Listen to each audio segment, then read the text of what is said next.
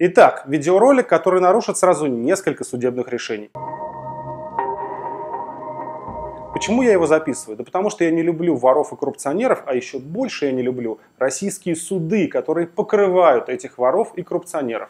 Вот, например, посмотрите на эту физиономию. Это Игорь Сечин, глава государственной компании «Роснефть», крупнейшей нефтяной компании России и одной из крупнейших нефтяных компаний мира. За последнее время несколько различных изданий опубликовали вполне достоверные расследования об образе жизни Сечина, о его яхте, о его новой жене, о его доме и о его немыслимой огромной заработной плате. Как вы думаете, что же сделал этот жулик? Думаете, он застеснялся и решил стать скромнее? Нет, он подал в суд на каждое из этих изданий. И продажные российские суды не только заставили опровергнуть написанное, но и это беспрецедентный случай в России. Они вынесли решение о физическом уничтожении тиража газеты «Ведомости», написавшей о доме Сечина на Рублевке. Этот дом мы, кстати, засняли и сейчас вам покажем. Поэтому давайте я повторю то, что все граждане России должны знать об Игоре Сечине, и попрошу вас рассказать об этом как можно большему количеству людей вокруг вас. А бессовестные российские суды мы с вами дружно пошлем к чертовой матери. Запретный факт номер 1. Любовь и яхта.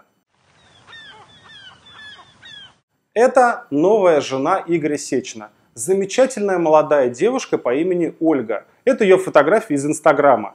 Шикарный мужчина Игорь Сечин любит роскошные подарки, и у прекрасной Ольги появляется прекрасная яхта, которая так и называется – «Княгиня Ольга».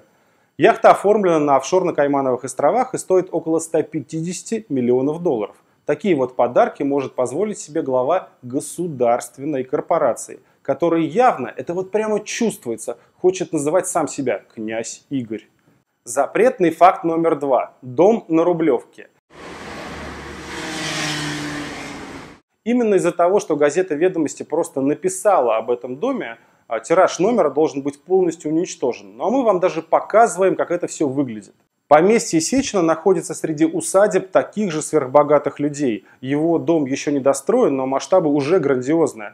Посмотрите, земельный участок, который вы видите, имеет площадь 3 гектара, и большая часть этого участка занята огромной будущей постройкой. Стоимость дома и участка уже сейчас составляет не меньше 3,8 миллиарда рублей.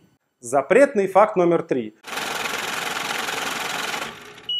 И здесь я наконец-то отвечу на вопрос, который наверняка мучает вас с самого начала этого ролика. Что это вот за циферки такие бегут внизу?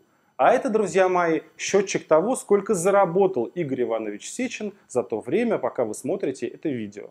Когда журнал Forbes написал о том, что Игорь Сечин назначил сам себе зарплату 50 миллионов долларов в год, наш герой через суд заставил их удалить эту информацию.